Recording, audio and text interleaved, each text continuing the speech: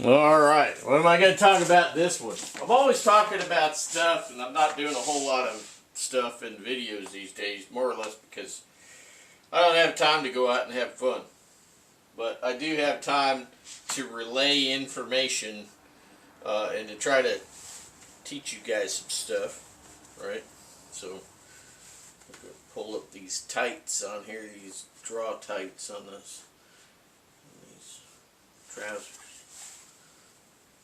That's the nice thing about military trousers. They got these draw tights on these American military trousers. Just pull them up. Done. Alright, so I got my coffee. I'm going to talk about the Remote Military Marche. I know I've been talking a lot about that lately. It's because it's going to be a fun trip, for me anyway. I've been trying to talk a buddy of mine into doing it with me, and he may or may not, I don't know, kind of wishy-washy, I guess, about, you know. But people have their own ideas and their own reasons for things. Be good for him if he did it. And also, it would give me some company. So, what have I been doing getting ready for this thing? So, I'm going to have to get my food together. I've already decided that I'm going to take a gas stove. I'm going to take my old Coleman 502. I'm going to take that one with me. That's what I'm going to take. Yeah. So I decided that. I've been figuring out my pouches I want to do, which little pack I want to do, you know, all the little things, you know, all the fun stuff to get ready for something. You guys know what I'm talking about, you know, when it's for fun. This right here is a belt that I made up to use.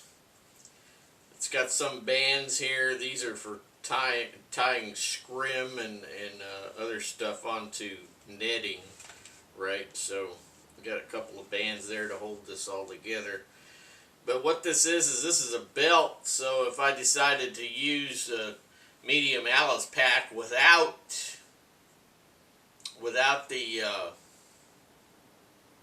the frame, and if I needed this belt for any reason, then I would just have it. It's set up to where I can just where the webbing is that and the tri-glide that attaches to the frame on the bottom of the medium ALICE attaches to these paracord loops, right? And then I could just take these off, these bands, stick them in my pocket, and use this, you know, waist belt. So you guys saw that. I showed you on another video medium ALICE in olive drab, right? So I showed you that, which is this one right here. So this one's an olive drab medium ALICE. It's got a couple of light machine gun pouches attached to the top. On the back I've got medical. So I always have an extra medical pouch on the back of my pack in the center, right? So that's where I keep it. I don't have this big target on there that says medical. Okay, I don't have that. Okay. But when you got a group of guys, all of you should have the same kind of idea and the same kind of where's this, where's that mentality, right? Even down to your spoon. You know, you keep a spoon in your pocket. The dude's dead. I'm going to take his spoon because I lost mine. You know, that type of thing, right? So, I mean, he don't need it no more. So just go ahead and swipe his spoon. Right? So anyway, this is my medium ALICE in olive drab. I've had this thing for donkey's years. Um, these drain holes here, they get wore to where they get silver. So all you got to do, I took this out so I can show you, is just get you a permanent marker in black and just go over those, right? That's all you got to do. You don't have to paint it, just go over it with permanent marker. So I've done 3 of them here a while back, so there's 2 more there. I'll go ahead and do those now just for kicks, just to show you. So all you do is you just take your permanent marker and go over that.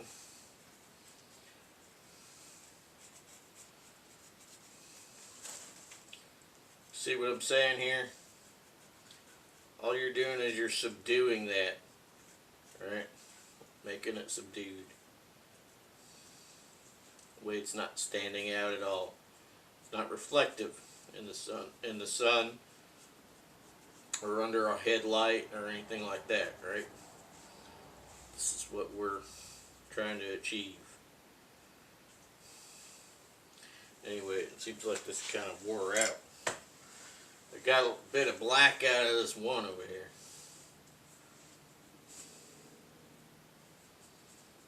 Alright, close enough. You get the idea. A new one of these will work good. Anyway, make sure it's permanent marker and it's not, you know, it's not like for your dry erase boards, because that stuff just wipes right off. Designed to. Right, so as you can see, I had this pack on that frame for a while, just to show you guys some stuff. And these little D-rings down here are not being used, right? So what do? I take black electrical tape, I just fold it over and wrap it up with a little bit of tape. That keeps it from getting caught on stuff and hitting stuff and making noise, okay? In the military, noise is a big thing. You know, you got to have noise discipline. If you don't have noise discipline, you are putting yourself in danger and other people in danger.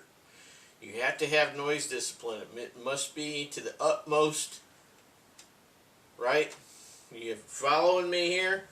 Noise discipline, things that shine. This all comes down to your basic stuff. It's just basic stuff. I'm not going to go over that. You should know this already.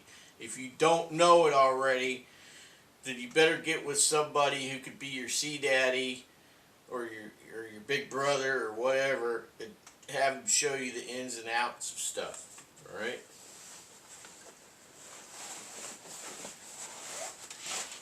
Okay, so this one's outfitted with a few extra pockets. 1, 2, 3, 4, 5, 6, 7 extra pockets on this one, right? So on the March, I decided to go with Woodland M81 for the pack. Okay, so I swapped the frame over to this one. So there's nothing in here right now, so it's kind of sagging around a bit. So I got 3, 4, 5, 6, 7, 8. I have 8 extra pouches on this medium M81 Woodland. And this frame here is, I got tape on the bottom. So I have military 100-mile-an-hour tape on the bottom of the frame, and it's been painted. But I'm probably going to throw some more paint on there, brown maybe. Maybe a little extra brown. And reason why it's taped up like that is because when you wear this, if you wear a frame, like you got a heavy load, okay, if you got a heavy load in your pack, a lot of ammo or whatnot, that's going to weigh you down. The frame rubbing against your butt pack on your belt kit, you know, that could wear into it, right? So That's why I put a bit of 100-mile-an-hour tape on there. It keeps the wear down. Right. Belt. The belt is wrapped around the back here, flipped into itself. I've got on the side here, I've got sustainment pouches. These are in M81 Woodland, so I got one on each side. Right. So I got sustainment pouch on each side. I'll put my Coleman 502 in this one. On the other side, I'll probably put some food in the other one. These these other pouches here on the outside, generally I put my medical in the back center, as I told you about on the other one.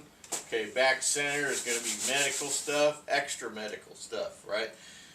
Because in the military, you're going to have your blowout pouch, your IFAC, right, on your belt kit. And then any extra medical kit I put in the center back up here on my ruck, whether it is a patrol ruck or whether it is a main ruck. I'm going to have extra medical, right? Now here on the top lid, I've got 3 other pouches. I've got 2 pouches made by Kifaru, right, which that's Swahili for rhino, right? So I've got 2 of those pouches up here. They're not totally secure yet because I just kind of threw them on there because I want to see how those look. Looks alright, so I'm going to go ahead and actually secure them permanently on there. Well, not permanently, but you know what I mean. So they're not going to come off. So anyway, I got those on there. They're attached in the center. I attach them in the center with the PALS webbing with using paracord like a shoelace. Okay, so that way I got one side by side. I got 2 side by side pouches there, and then I use an overhand knot to secure the end of the lace. Okay, and then on the very top here, these types of pouches, they got a strap across them. So I undo all the strap from the buckles, the side release buckles, and I run them through the PALS on the back of my V2 pouch. That's what this is a V2 pouch. This is made by London Bridge, okay, in Tiger Stripe. So I got my 3 regular pouches here on my ALICE. These each have a camouflaged Ovaltine container in there. So anything that I definitely don't want to get wet, if I got submerged, go in those containers. Okay. Now, normally on the inside of your ALICE or any other rucksack, you're going to want a liner bag. And liner bags, I've got a few of them, but any kind of bag can get a hole in it from as little as a thorn. Okay. In the jungle, you got lots of thorns. You lift up a leaf and you'll see a 12-inch long thorn that's going to run you through. Okay. So you got to remember, any kind of liner bag, you got to think of it as expendable because it may get poked, you know, it may get compromised. So generally, in the jungle, you're going to want a bag of bags. So you're going to want waterproof bags for all your different kit, okay? And you're going to want to label it. Each bag you're going to want to label, especially if you got all the same color bags. You're going to want to, or you'll want to color coordinate. You get something, put a little mark on it, right? So that you know, okay, that one with the little orange dot, okay, I'm not saying that's the color you should use, I'm just giving you an example. Oh, that one with the little orange dot, that's all my medical crap, you know, or red dot, right? All those bags go in one bag inside of the ruck. Alright, so you got that. We'll talk more about that later. Anyway, I'm out of time. But this is the rucksack I'm going to use on the Remote Military Marche. Unfortunately, I do not have Woodland Camo M81 straps, but I do have olive green. That's fine. Yeah, that's the one I'm going to be using right there. Right? Why am I using that one over the olive green? Well, just for the heck of it. It doesn't really matter. It doesn't matter that much. I'm going to come back. We're going to talk more about the actual walk, the march. Okay? So I'll see you there.